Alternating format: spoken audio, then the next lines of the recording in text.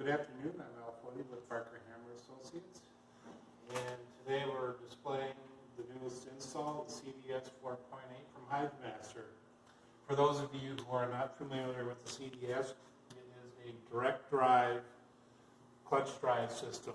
It runs off the van engine and has very little maintenance to do on it. We have this equipped with the Hydra Cradle. That is a water tank, solution reel, and a vacuum reel all in one to promote even more space-saving, valuable space in the back of your truck. Now back here, okay, there's a lot of space back here, a lot of space saving for a lot of portable equipment, dehumidifiers, etc.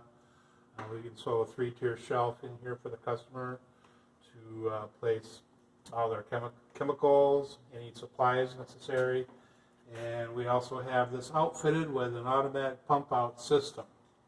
We have a place in the back for easy access, easy maintenance, and still saves on a lot of space.